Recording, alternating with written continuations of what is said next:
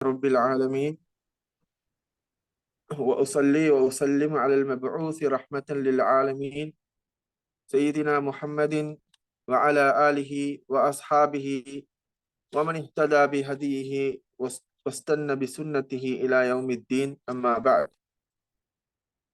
மதிப்பிற்குரிய அல்லாஹ்வின் நல்லடியார்களே, இந்த ரமலான் மாதத்தின் இறுதி பத்தை அடைந்திருக்கின்றோம். இந்த ரமலான் மாதத்தை வழங்கிய அல்லாஹு தஆலா அந்த ரமலானிலே நாங்கள் நோட்கின்ற நோன்பு அவனிடத்திலே ஏற்றுக்கொள்ளப்பட்டதாக, அது பரிசுத்தமான அமலாக அது அமைய வேண்டும் என்பதற்கு அல்லாஹு தஆலா எங்களுக்கு ஜக்காத்துல் ஃபித்ர் என்ற ஒன்றை அல்லாஹு தஆலா எங்களுக்கு விதியாக்கி இருக்கின்றார். அல்லாஹ்வின் தூதர் ஸல்லல்லாஹு அலைஹி வஸல்லம் அவர்கள் அதை விதியாக்கியது பற்றி, அதனுடைய நோக்கம் பற்றி இப்னு அப்பாஸ் ரலியல்லாஹு அன்ஹு அவர்கள் குறிப்பிடுகின்றார்கள். ஃபரத ரசூலுல்லாஹி ஸல்லல்லாஹு அலைஹி வஸல்லம் ஜகாத்தல் ஃபித்ரி துஹ்ரத்தல் லிஸ்ஸாயிமி. அல்லாஹ்வின் தூதர் ஸல்லல்லாஹு அலைஹி வஸல்லம் அவர்கள் ஜகாத்துல் ஃபித்ரை விதியாக்கினார்கள். துஹ்ரத்தன் லிஸ்ஸாயிமி மினல் லஹ்வி வர் ரஃபசி. அந்த நோன்பாளியை அவனுடைய வீணான செயல்கள், அவனுடைய வீணான பேச்சுக்கள், செயற்பாடுகளில் இருந்து அவனை தூய்மைப்படுத்துவதற்காக அந்த ஜகாத்துல் ஃபித்ரை அல்லாஹ்வின் தூதர் ஸல்லல்லாஹு அலைஹி வஸல்லம் அவர்கள் விதியாக்கினார்கள். வதுஅமதன் லில் மசாகின். இந்த ஜகாத்துல் ஃபித்ர் கொடுக்கின்ற அந்த நோன்பாளி அவருடைய நோன்பை ஒரு தூய்மையான நோன்பாக, அவனையும் அவனுடைய நோன்பையும் தூய்மைப்படுத்தக்கூடியதாகவும், அதே போன்று அந்த கொடுக்கப்படுகின்றவர், அல்லாஹு தாலா இந்த ஜகாத்துல் ஃபித்ரிலே இரண்டு விடயத்தை அல்லாஹு தாலா வைத்திருக்கின்றான். கொடுக்கின்றவருக்கு அல்லாஹு தாலா ஒரு பலனை வைத்திருக்கின்றான், அதே போன்று அதை பெறுகின்றவருக்கும் அல்லாஹு தாலா ஒரு பலனை வைத்திருக்கின்றான். அதுதான் வதுஅமத்தல் லில் மசாகீன். அதை பெறுகின்ற அந்த ஏழைகள், அவர்களுக்கு அது ஒரு உணவாக, அது அவர்களுக்கு ஒரு அங்கீகாரமாக அமைய வேண்டும் என்பதற்காக அல்லாஹ்வின் தூதர் ஸல்லல்லாஹு அலைஹி வஸல்லம் அவர்கள் அந்த ஜகாத்துல் ஃபித்ரை வழங்கினார்கள், விதியாக்கினார்கள். அது வழங்கப்பட வேண்டிய நேரம் எது என்பதை இந்த ஹதீஸிலே குறிப்பிடுகின்ற போது, மன் அத்தாஹா கப்ல ஸலாத்தி ஃபஹிய ஜகாத்துன் மக்பூலா. எவர் பெருநா தொழுகைக்கு முன்னால் இந்த ஜகாத்துல் ஃபித்ரை வழங்குகின்றாரோ ஃபஹிய ஜகாத்துன் மக்பூலா, அது அங்கீகரிக்கப்பட்ட ஏற்றுக்கொள்ளப்பட்ட ஜகாத்தாக இருக்கின்றது. வமன் அத்தாஹா பஅத ஸலாத்தி ஃபஹிய ஸதகத்துன் மினஸ் ஸதகாத். எவர் அதை தொழுகைக்கு பின்னால் வழங்குகின்றாரோ அது ஒரு பொதுவான சதகா என்று இப்னு அப்பாஸ் ரலியல்லாஹு அன்ஹு அவர்கள் அறிவிக்கின்ற இந்த ஹதீஸிலே குறிப்பிடப்படுகின்றது. அதே போன்று ஜகாத்துல் ஃபித்ர் என்ன விடயங்கள் ஜகாத்துல் ஃபித்ராக வழங்கப்பட வேண்டும் என்பதை இப்னு உமர் ரலியல்லாஹு அன்ஹு அவருடைய ஹதீஸிலே பார்க்கின்றோம். ஃபரத ரசூலுல்லாஹி ஸல்லல்லாஹு அலைஹி வஸல்லம் ஜகாத்துல் ஃபித்ரி சாஅன் மின் தம்ரின் அவ் சாஅன் மின் ஷஈர். அல்லாஹ்வின் தூதர் ஸல்லல்லாஹு அலைஹி வஸல்லம் அவர்கள் ஜகாத்துல் ஃபித்ரை ஒரு பேரித்தம் பழத்திலிருந்து ஒரு சா அல்லது தொழிற்கோதுமையிலிருந்து ஒரு சா வழங்க வேண்டும் என்பதை அல்லாஹ்வின் தூதர் ஸல்லல்லாஹு அலைஹி வஸல்லம் அவர்கள் விதியாக்கினார்கள். அலல் அப்தி வல் ஹுர்ரி வல் தக்கரி வல் உன்சா வஸ் ஸகீரி வல் கபீர் மினல் முஸ்லிமீன். அடிமை, உரிமையாளர், அடிமை, ஆண், பெண், சிறுவர், பெரியவர், எல்லோருக்காக வேண்டும் இது வழங்கப்பட வேண்டும். وأمر بها أن تؤدى قبل خروج الناس إلى الصلاة. மனிதர்கள் தொழுகைக்காக செல்வதற்கு முன்னால் அது வழங்கப்பட வேண்டும் என்பதை அல்லாஹ்வின் தூதர் ஸல்லல்லாஹு அலைஹி வஸல்லம் அவர்கள் ஏவினார்கள் என்று இப்னு உமர் ரலியல்லாஹு அன்ஹு அவர்கள் குறிப்பிடுகின்றார்கள். எனவே ஜகாத் ஃபித்ர் சம்பந்தமான சட்ட திட்டங்களை அல்லாஹ்வின் தூதர் ஸல்லல்லாஹு அலைஹி வஸல்லம் அவர்கள் எங்களுக்கு தெளிவாக குறிப்பிட்டிருக்கின்றார்கள். அவர்களின் சஹாபாக்கள் அதை அழகான முறையிலே எங்களுக்கு அந்த சட்ட திட்டங்களை அல்லாஹ்வின் தூதர் ஸல்லல்லாஹு அலைஹி வஸல்லம் அவர்களிடத்திலிருந்து எங்களுக்கு பெற்று தந்திருக்கின்றார்கள். எனவே ஜகாத்துல் ஃபித்ர் என்பது நாங்கள் எங்களுடைய பணங்களிலே, எங்களுடைய சொத்துக்கு நாங்கள் ஜகாத் கொடுப்பது எவ்வாறு கடமையோ அதே போன்று ரமதான் மாதத்திலே எங்களுடைய நோன்பிற்காகவும் எங்களுடைய உடல் பரிசுத்தத்துக்காக வேண்டியும் இந்த ஜகாத்துல் ஃபித்ர் வழங்கப்படுகின்றது. எங்களுடைய சொத்திலிருந்து நாங்கள் வெளிப்படுத்துகின்ற அந்த ஜக்காத் அது எங்களுடைய சொத்தை தூய்மைப்படுத்தக்கூடியதாக இருக்கின்றது. அதே போன்று நாங்கள் வழங்குகின்ற இந்த ஜக்காத்துல் ஃபித்ர் அது எங்களுடைய உடலை, எங்களுடைய அமலை தூய்மைப்படுத்தக்கூடியதாக, அல்லாஹ்விடத்திலே அங்கீகரிக்கப்பட்ட அமலாக அமைவதற்கு காரணமாக இந்த ஜக்காத்துல் ஃபித்ர் இருக்கின்றது. எனவே அல்லாஹு தஆலா எங்களுடைய அமல்களை நாங்கள் எவ்வாறு பாதுகாத்து ஒரு பொருந்தி கொள்ளப்பட்ட அமலாக மாற்ற வேண்டும் என்பதற்கு அல்லாஹு தாலா எங்களுக்கு பல வழிகளை அல்லாஹு தாலா எங்களுக்கு காட்டி தந்திருக்கின்றான். தொழுகையை பொறுத்தவரையிலே மறுமையிலே எங்களுடைய தொழுகை விசாரிக்கப்படுகின்ற போது, எங்களுடைய கடமையாக்கப்பட்ட தொழுகையை பற்றி விசாரிக்கப்படுகின்ற போது, இந்த அடியான் உது அமட்கள் அவன் முன்பின் சுன்னத்துகள் தொழுதிருக்கின்றானா என்று விசாரிக்கப்படுகின்றது. அந்த முன்பின் சுன்னத்துகளை அவன் தொழுதிருந்தால் அந்த முன்பின் சுன்னத்துகளை வைத்து அவனுடைய கடமையான தொழுகையில இருக்கின்ற குறைகளை அல்லாஹு தாலா நிவர்த்தி செய்து அவனுடைய தொழுகையை ஏற்றுக்கொள்வான் என்கின்ற விடயத்தை பார்க்கின்றோம். அதே போன்று நாங்கள் இந்த ரமதான் மாதத்திலே 30 நாட்கள் கஷ்டப்பட்டு நோக்கின்ற நோன்பிலே இருக்கின்ற குறைபாடுகள், நாங்கள் அதிலே செய்கின்ற வீணான பேச்சுக்கள், வீணான செயற்கள், இவைகளுக்கு பரிகாரமாக அல்லாஹு தாலா இந்த ஜக்காத்துல் ஃபித்ரை வைத்திருக்கின்றான். எனவே இந்த ஜக்காத்துல் ஃபித்ர் அது யாருக்கு வழங்கப்பட வேண்டும், யாருக்காக வழங்கப்பட வேண்டும், அது என்னென்ன பொருட்கள் ஜக்காத்துல் ஃபித்ர் வழங்கப்பட வேண்டும், அது எந்த தினத்திலே வழங்கப்பட வேண்டும் என்கின்ற எல்லா விடயங்களையும் அல்லாஹ்வின் தூதர் ஸல்லல்லாஹு அலைஹி வஸல்லம் அவர்கள் எங்களுக்கு அழகாக தெளிவுபடுத்தி தந்திருக்கின்றார்கள். எனவே ஜக்காத்துல் ஃபித்ர் யாருக்காக வழங்கப்பட வேண்டும் என்றால், குடும்பத்திலே இருக்கின்ற எல்லோருக்காகவும் ஜக்காத்துல் ஃபித்ர் வழங்கப்பட வேண்டும். குடும்பத்தில் யாரு பொறுப்பாளியாக இருக்கின்றாரோ அந்த பொறுப்பில் கீழ் இருக்கின்றவர்கள் எல்லோருக்காக வேண்டியும் ஜக்காத்துல் ஃபித்ர் வழங்கப்பட வேண்டும். அதே போன்று அது ஏழைகளுக்காக வழங்கப்பட வேண்டும்.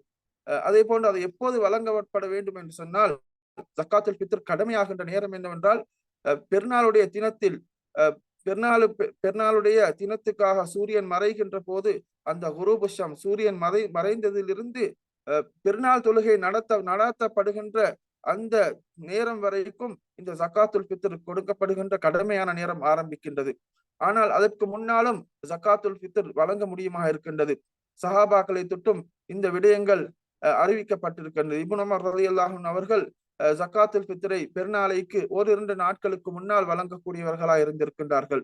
அதே போன்று உலமாக்கள் ஜக்காத்துல் ஃபித்ர் ரமதான் ஆரம்பத்திலிருந்து ஜக்காத்துல் ஃபித்ர் வழங்கலாம் என்பதை உலமாக்கள் அனுமதித்திருக்கின்றார்கள். ஜக்காத்துல் ஃபித்ர் பெருநாள் தொழுகைக்கு பின்னால் அதை வழங்குவதுதான் அது செல்லுபடியற்ற ஜக்காத்தாக மாறுகின்றது. அதற்கு முன்னால் எங்களுக்கு வழங்கிக் கொள்ளலாம்.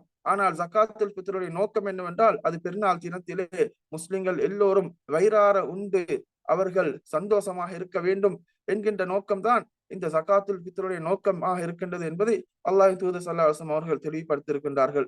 ஹதீஸிலே குறிப்பிடுகின்றார்கள், அக்னூஹும் அனில் மஸ்அலதி ஃபீ ஹாதல் யௌம். இந்த பெருநாள் தினத்திலே அவர்கள் மனிதரிடத்திலே கேட்டு திரிகின்ற அந்த அந்த நிலைமையை அவர்களுக்கு ஏற்படுத்த வேண்டாம். அகனூஹும் அன் தவாஃபி ஹாதல் யௌம். இந்த நாளிலே அவர்கள் சுத்தி திரிந்து மனிதர்களிடத்திலே அவருடைய உணவுக்காக கையேந்த வேண்டிய நிலைமை அவர்கள் ஏற்படக்கூடாது. அதற்காகவே இந்த ஜக்காத்துல் ஃபித்ரை வழங்குங்கள் என்று அல்லாஹ்வின் தூதர் ஸல்லல்லாஹு அலைஹி வஸல்லம் அவர்கள் இந்த ஜக்காத்துல் ஃபித்ரை விதியாக்கியத்திற்குரிய நோக்கத்தை குறிப்பிட்டிருக்கின்றார்கள். எனவே இந்த இஸ்லாம் எவ்வளவு ஒரு தயாளத்தன்மை உடைய ஒரு மார்க்கமாக இருக்கின்றது. ஏழைகள் அந்த பெருநாள் தினத்தை சந்தோஷமாக அவர்கள் கழிக்க வேண்டும். எல்லோரும் அவர்கள் வயிறார உண்டு சந்தோஷமாக இந்த பெருநாள் தினத்தை கழிக்க வேண்டும் என்பதற்காக அல்லாஹ்வின் தூதர் ஸல்லல்லாஹு அலைஹி வஸல்லம் அவர்கள் இந்த ஜக்காத்துல் ஃபித்ரை அல்லாஹுடைய கட்டளையின் அடிப்படையிலே அல்லாஹ்வின் தூதர் ஸல்லல்லாஹு அலைஹி வஸல்லம் அவர்கள் இந்த ஜக்காத்துல் ஃபித்ரை விதியாக்கி இருக்கின்றதை காண முடியுமாக இருக்கின்றது. அதே போன்று ஜக்காத்துல் ஃபித்ர் அது என்னென்ன விடயங்களிலே அந்த ஜக்காத்துல் ஃபித்ர் வழங்கப்பட வேண்டும் என்பதை பார்க்கின்ற போது, அந்தந்த காலத்திலே மனிதர்கள் பிரதானமான உணவாக எதை உண்ணுகின்றார்களோ அதிலிருந்துதான் இந்த ஜக்காத்துல் ஃபித்ர் வெளியேற்றப்பட வேண்டும். அந்த ஜக்காத்துல் ஃபித்ர் வழங்கப்பட வேண்டும். அந்த காலத்திலே பேரித்தம்பழம் ஒரு பிரதான உணவாக சாப்பிடப்பட்டது. அதே போன்று ஷயீர் தொழுகோதுமை பிரதான உணவாக உட்கொள்ளப்பட்டது. அதே போன்று உலர்ந்த சேமிக்கப்படக்கூடிய பிரதானமான உணவுகள் எதையும் வழங்கலாம் என்பதை எங்களுக்கு இந்த ஹதீஸ் மூலமாக விளங்க முடியுமா இருக்கின்றது. அரிசி, அதே போன்று இந்த விடயங்களை எங்களுக்கு வழங்கலாம். அந்த வழங்கப்பட வேண்டிய அந்த அவருடைய அளவை நாங்கள் பார்க்கின்ற போது அல்லாஹ்வின் தூதர் ஸல்லல்லாஹு அலைஹி வஸல்லம் அவர்கள் அதை அளவையின் மூலமாகத்தான் குறிப்பிட்டிருக்கின்றார்கள், நிறுவை மூலமாக குறிப்பிடவில்லை. சா என்று சொன்னால் ஒரு சாதாரண மனிதனுடைய 2 கைகளினால் அள்ளக்கூடிய அந்த 3 அள்ளுகள் தான் சா ஆக இருக்கின்றது. அந்த 3 அள்ளுகள் தான் ஒருவருக்காக வழங்கப்பட வேண்டிய ஜகாத்துல் ஃபித்ராக இருக்கின்றது. எனவே அதை நிறுவையிலே பார்க்கின்ற போது அளவைக்கும் நிறுவைக்கும் வித்தியாசம் இருக்கின்றது. ஒன்றை நாங்கள் அளந்து அதை நாங்கள் நிற்கின்ற போது நிறுவை வித்தியாசமாக வரும். குறிப்பாக பேரித்த பழத்தை அளந்து நிற்கின்ற போது வருகின்ற நிறுவையும், அரிசியை அளந்து நிற்கின்ற போது வருகின்ற நிறுவையும் வித்தியாசமாக இருக்கின்றது.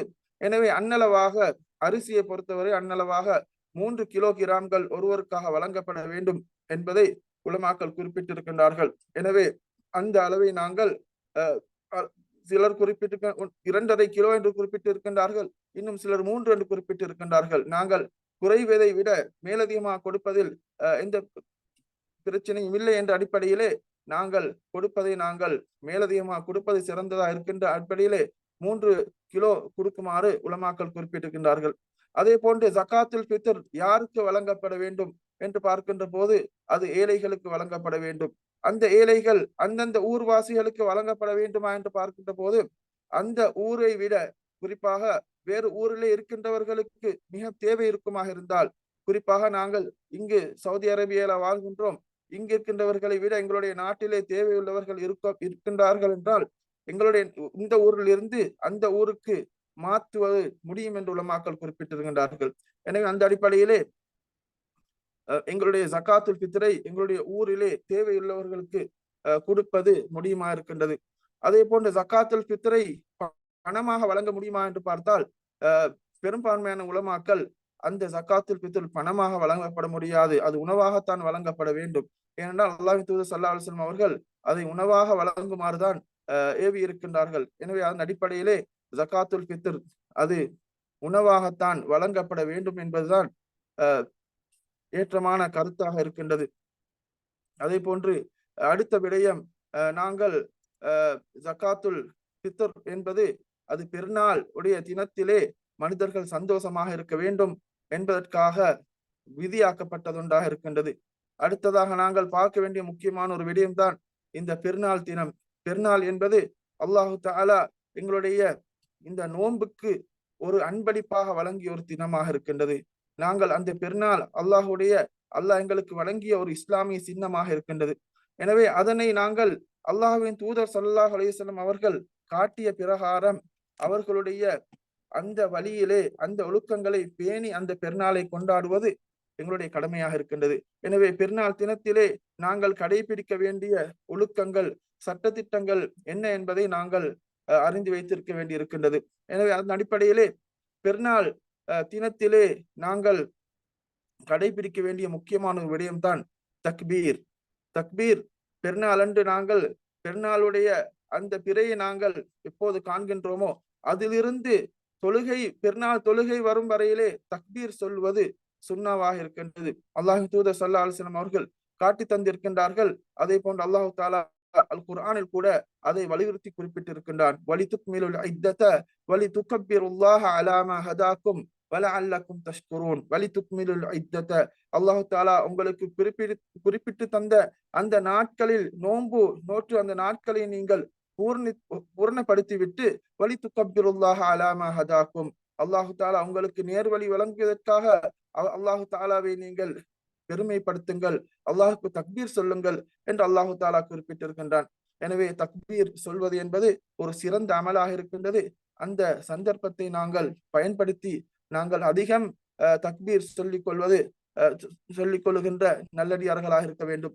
எனவே தக்பீருடைய பிரயோகங்களை நாங்கள் பார்க்கின்ற போது அல்லாஹ்வின் தூதர் ஸல்லல்லாஹு அலைஹி வஸல்லம் அவர்களை தொட்டும் அறிவிக்கப்படவில்லை. சஹாபாக்கள் என்ன தக்பீர்கள் சொன்னார்கள் என்கின்றது அறிவிக்கப்பட்டிருக்கின்றது. எனவே சஹாபாக்கள் சொன்ன அந்த தக்பீர்களை நாங்கள் சொல்வது சிறந்ததாக இருக்கின்றது. அல்லாஹு அக்பர், அல்லாஹு அக்பர், அல்லாஹு அக்பர் கபீரா என்று ஒரு பிரயோகம் வந்திருக்கின்றது. அதே போன்று அல்லாஹு அக்பர், அல்லாஹு அக்பர், லா இலாஹ இல்லல்லாஹு, அல்லாஹு அக்பர் வலில்லாஹில் ஹம்த் என்கின்ற ஒரு பிரயோகம் வந்திருக்கின்றது. இன்னும் பல பிரயோகங்கள் குறிப்பிடுகின்றார்கள். சஹாபாக்களை தொட்டு வந்ததை நாங்கள் பயன்படுத்திக் கொள்வது மிகவும் சிறந்ததாக இருக்கின்றது. அதே போன்று பெருநாள் தினத்திலே குளித்து மனம் பூசி பெருநாளுக்காக செல்வது சிறந்த அமலாக இருக்கின்றது. மனம் என்கின்ற போது அது ஆண்கள் தான் வெளியிலே வீசுகின்ற மனம் பூச வேண்டும், பெண்கள் வெளியிலே வீசுகின்ற மனங்களை தவிர்த்து கொள்ள வேண்டும் என்ற அது சம்பந்தமான எச்சரிக்கைகள் அதிகளே வந்திருக்கின்றது. எனவே மனம் பூசி செல்வது என்பது அது ஆண்களுக்கு உரிய ஒரு விடயமாக இருக்கின்றது. குளித்து மனம் பூசி நாங்கள் பெருநாள் தொழுகைக்காக வேண்டி செல்ல வேண்டும். அதே போன்று ஈதுல் ஃபித்ருடைய ஒரு சுன்னாதான், நாங்கள் ஈதுல் ஃபித்ருக்கு நாங்கள் செல்வதற்கு முன்னால் பேரித்த பழங்களை அல்லது வேற என்ன சரி உணவுகளை நாங்கள் சாப்பிட்டு விட்டு பெருநாள் தொழுகைக்காக செல்வது ஈதுல் ஃபித்ருடைய சுன்னாவாக இருக்கின்றது. ஈதுல் அல்ஹாவுடைய சுன்னாவை பொறுத்தவரையிலே ஒன்றும் சாப்பிடாமல் செல்வதுதான் அது ஈதுல் அல்ஹாவுடைய சுன்னாவாக அல்லாஹ் தூதர் ஸல்லல்லாஹு அலைஹி வஸல்லம் அவர்கள் காட்டியிருக்கின்றார்கள். அதே போன்று நாங்கள் பெருநாளைக்கு செல்லுகின்ற போது நாங்கள் தக்பீரை சத்தமாக மொழிந்தவர்களாக செல்வது சுன்னாவாக இருக்கின்றது. அதே போன்று பாதையை மாற்றி செல்வது, ஒரு பாதையிலே செல்வது வருகின்ற போது இன்னும் ஒரு பாதையிலே வருகின்றது என்பது அல்லாஹ் தூதர் ஸல்லல்லாஹு அலைஹி வஸல்லம் அவர்கள் காட்டியிருக்கின்றார்கள். அதுவும் ஒரு சுன்னாவாக இருக்கின்றது. பல மனிதர்களை எங்களுக்கு சந்திப்பதற்குரிய சந்தர்ப்பம் இருக்கின்றது அடிப்படையிலே அல்லாஹ் தூதர் ஸல்லல்லாஹு அலைஹி வஸல்லம் அவர்கள் அதை எங்களுக்கு காட்டி தந்திருக்கின்றார்கள். அதே போன்று திரளிலே தொழுவது ஒரு சுன்னாவாக இருக்கின்றது. பெருநாள் தொழுகை மஸ்ஜிதில் அல்லாமல் ஒரு திடலிலே பெருநாள் தொழுகை தொழுவது தொழுவிக்கப்படுவது அது அல்லாஹ்வின் தூதர் ஸல்லல்லாஹு அலைஹி வஸல்லம் அவர்கள் காட்டி தந்த ஒரு சுன்னாவாக இருக்கின்றது. ஏனென்று சொன்னால் பெருநாள் தொழுகையிலே எல்லோரும் பெருநாள் தொழுகைக்கு சமூகம் அளிக்க வேண்டும். சிறுவர்கள், பெரியவர்கள், பெண்கள் எல்லோரும் அந்த பெருநாள் தொழுகைக்கு எந்த விதமான வித்தியாசமும் இன்றி அவர்கள் சமூகம் அளிக்க வேண்டும் என்பது அல்லாஹ்வின் தூதர் ஸல்லல்லாஹு அலைஹி வஸல்லம் அவர்கள் காட்டி தந்த ஒரு சுன்னாவாக இருக்கின்றது. அந்த தினத்திலே நாங்கள் கொண்டாடுகின்ற ஒரு முக்கியமான கொண்டாட்டம் தான் பெருநாள் தொழுகையா இருக்கின்றது. எனவே அந்த தொழுகைக்கு எல்லோரும் சமூகம் அளிக்க வேண்டும் என்பதை அல்லாஹ்வின் தூதர் ஸல்லல்லாஹு அலைஹி வஸல்லம் அவர்கள் காட்டியிருக்கின்றார்கள். அத்தியா ரலியல்லாஹு அவர்கள் கூறுகின்றார்கள், உமிர்னா அன் நுஹ்ரிஜ ஃபில் ஈதைனி அல் அவாத்திக வதவாத்தில் ஹுதூர். நாங்கள் பெருநாள் தினத்திலே பெருநாள் தினத்திலே மறைந்திருக்கக்கூடிய கூடாரங்களிலே மறைந்திருக்கக்கூடிய குமரி பெண்களை கூட அந்த பெருநாள் தொழுகைக்கு நாங்கள் கூட்டி வர வேண்டும் என்பதை அல்லாஹ் தூதர் ஸல்லல்லாஹு அலைஹி வஸல்லம் அவர்கள் ஏவினார்கள். வஅமரல் ஹுய்யத ஐ யஅ்தஸில்ன முஸல்லல் முஸ்லிமீன். மாதவிடாய் பெண்கள் அவர்கள் தொழுகின்ற இடத்தை விட்டு கொஞ்சம் அவர்கள் ஒதுங்கி இருக்க வேண்டும் என்பதை அல்லாஹ்வின் தூதர் ஸல்லல்லாஹு அலைஹி வஸல்லம் அவர்கள் ஏவினார்கள் என்பதை அத்தியா ரலியல்லாஹு அன்ஹா அவர்கள் குறிப்பிடுகின்ற ஹதீஸ் முஸ்லிமிலே பதிவாக இருக்கின்றது. எனவே இந்த விடயங்களை எங்களுக்கு அமுல்படுத்துவதற்கு சிறந்த இடமாக ஒரு திரள் இருக்கின்றது. திரளில் தான் எங்களுக்கு இந்த விடயத்தை அமுல்படுத்த முடியுமா இருக்கின்றது. பள்ளி வாயில்களிலே மாதவிடாய் பெண்களுக்கு அனுமதிக்க முடியாது. எனவே திரள் அதுக்கு ஒரு பொருத்தமான இடம் என்பதால் தான் அல்லாஹ்வின் தூதர் ஸல்லல்லாஹு அலைஹி வஸல்லம் அவர்கள் திரளிலே பெருநாள் தொழுகையை தொழுகின்றதை அல்லாஹ்வின் தூதர் ஸல்லல்லாஹு அலைஹி வஸல்லம் அவர்கள் எங்களுக்கு காட்டி தந்திருக்கின்றார்கள். எனவே ஊர்களிலே திடல்கள் அமைத்து தொழுவதற்குரிய வசதிகள் இல்லாத பட்சத்திலே பள்ளி வாயில்களிலே தொழுவதற்கு அனுமதி இருக்கின்றது. ஆனால் அல்லாஹ்வின் தூதர் ஸல்லல்லாஹு அலைஹி வஸல்லம் அவர்கள் காட்டி தந்த ஒரு சுன்னாவாக திடல் தொழுகை, பெருநாளை திடலில் தொழுவது ஒரு அல்லாஹ்வின் தூதரின் சுன்னாவாக இருக்கின்றது. அதை முடிந்த அளவிற்கு நாங்கள் அதை அமுல்படுத்துவது ஒரு சிறந்த விடயமாக இருக்கின்றது. அதே போன்று பெருநாள் தொழுகையிலே சஹாபாக்கள் ஒருவருக்கொருவர் பெருநாள் வாழ்த்துக்களை கூறுவது சஹாபாக்கள் காட்டி தந்த ஒரு விடயமாக இருக்கின்றது. சஹாபாக்கள் செய்திருக்கின்றார்கள், ஒருவரை ஒருவர் சந்தித்தால் தக்கப்பல் அல்லாஹு மின்னா வ மின்கும் என்று அவர்கள் ஒருவருக்கொருவர் வாழ்த்து கூறுகின்ற வளமை இருந்திருக்கின்றது என்பதை காண முடியுமா இருக்கின்றது. அதே போன்று பெருநாள் தினத்திலே நாங்கள் பாவமான காரியங்கள், அதே போன்று வெறுக்கப்பட்ட விடயங்களை, விதஅத்தான விடயங்களை நாங்கள் தவிர்த்து கொள்ள வேண்டும். அதே போன்று வீண் விரயமான காரியங்களிலே நாங்கள் ஈடுபடுவது நாங்கள் தவிர்த்து கொள்ள வேண்டும். ஒவ்வொரு ஊர்களிலும் வீண் விரயமான விடயங்கள், பட்டாசுகள் கொளுத்துவது, பணங்களை வீண் செய்வது, அதே போன்று பெருநாள் தினத்திலே தாடி வலிப்பது என்பது ஒரு ஹராமான காரியமா இருக்கின்றது. அந்த தினத்திலே அதிகமானவர்கள் தாடி வலிப்பது, அதே போன்று பெருநாள் தினத்திலே, அதே போன்று நோம்பிலே அவர்கள் சிகரெட் குடிப்பது, புகை பழக்கம் அதை தவிர்த்திருந்து இருப்பார்கள்.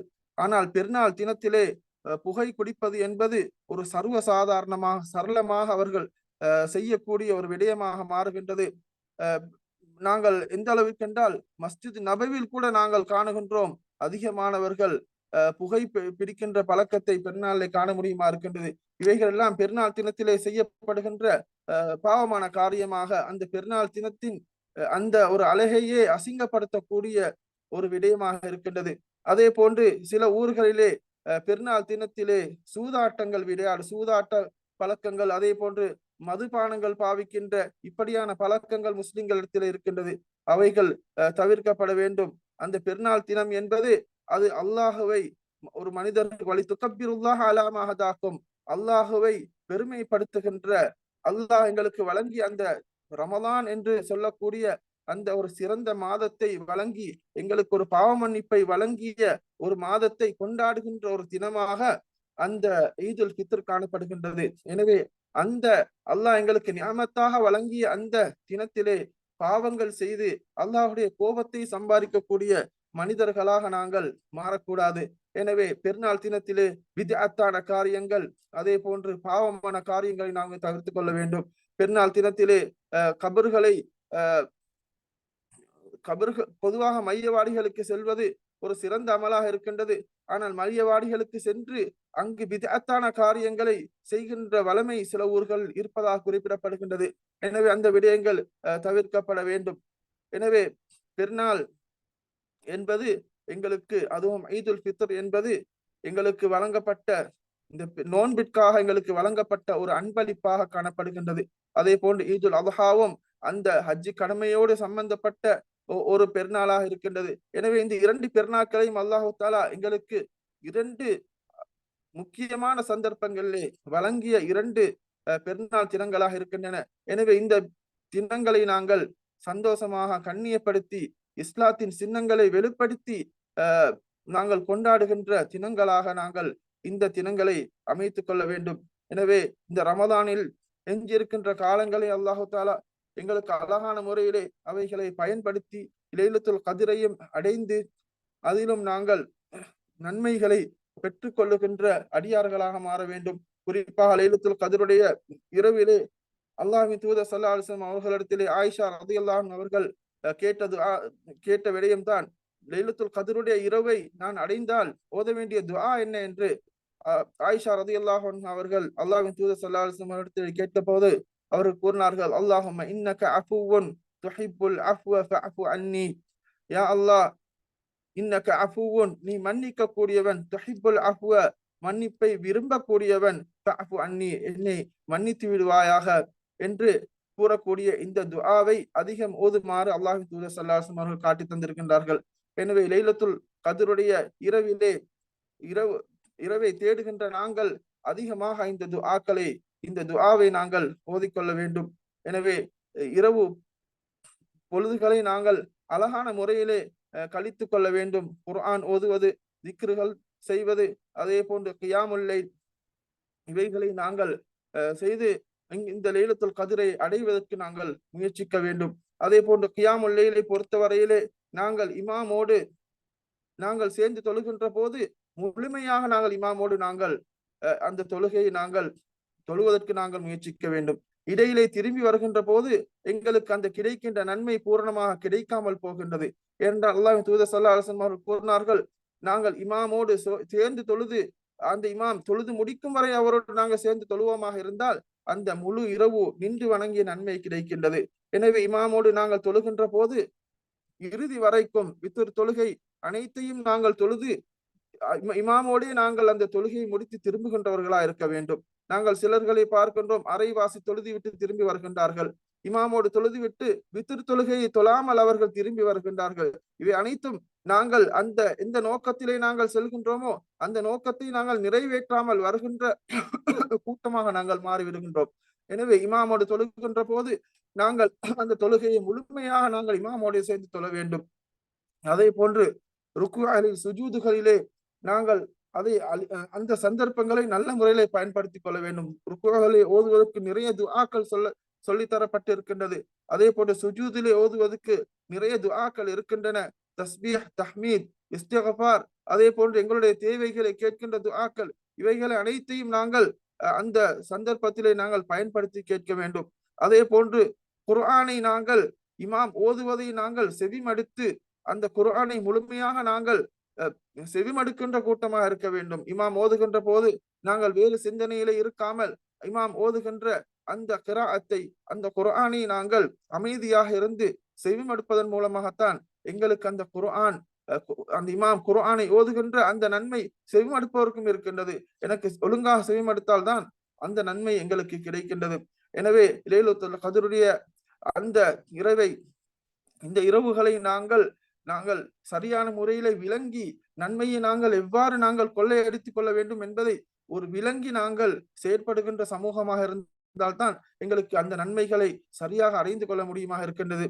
எனவே லைலத்துல் கத்ரை அடைந்து இந்த நோன்புடைய முழுமையான நன்மைகளை பெற்றவர்களாக, இந்த பெருநாளை அல்லாஹ்வுக்கு நன்றி செலுத்தியவர்களாக, இந்த பெருநாளை அல்லாஹ்வின் தூதர் ஸல்லல்லாஹு அலைஹி வஸல்லம் அவர்கள் காட்டிய பிரகாரம் கொண்டாடக்கூடிய நன்மக்களாக அல்லாஹு தாலா எம் அனைவரையும் ஆக்கி அருள்வானாக. வ ஆஹிரு தஅவானா அனில் ஹம்துலில்லாஹி ரப்பில் ஆலமீன்.